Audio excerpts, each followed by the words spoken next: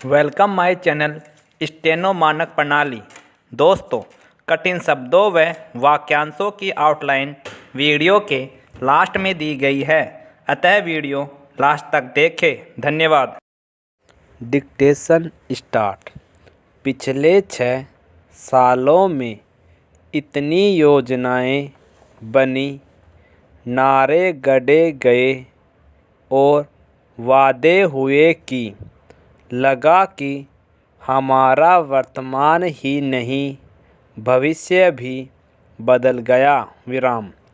वैश्विक संस्थाएं लगातार बता रही है कि हमारे ही समकक्ष अन्य देशों के मुकाबले हमारी भूख की स्थिति और खराब हुई।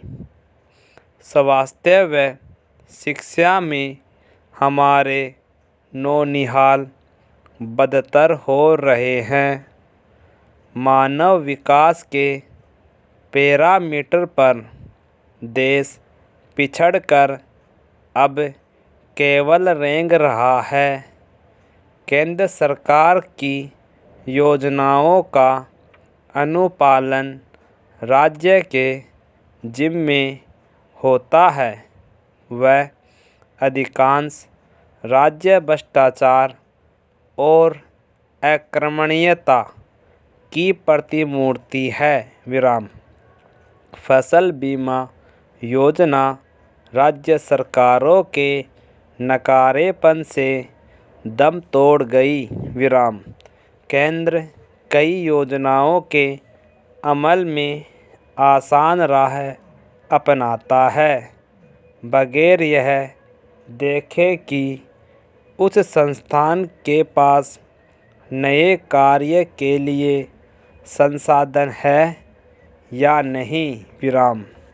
बैंकों और डाकघरों को नए उत्पादों, जनता के लिए नई गैर बैंकिंग सुविधाएं और वस्तुओं की डिलीवरी करने को कहा जाता है, लेकिन नई भर्तियां नहीं की जाती।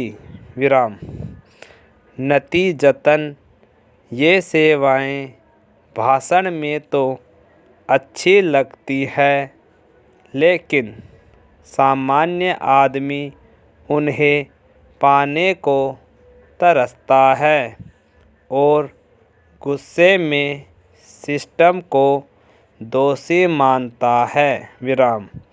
डाकघर को बैंकों की तरह कार्य करने को कहा गया, पर इंटरनेट की मुकम्मल सुविधा नहीं दी गई।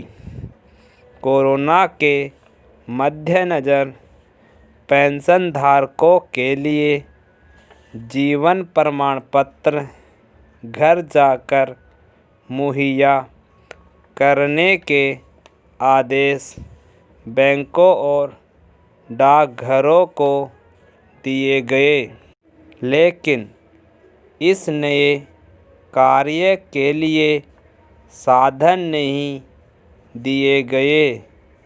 लिहाजा शायद ही कोई बुजुर्ग इस सुविधा का लाभ ले पा रहा है।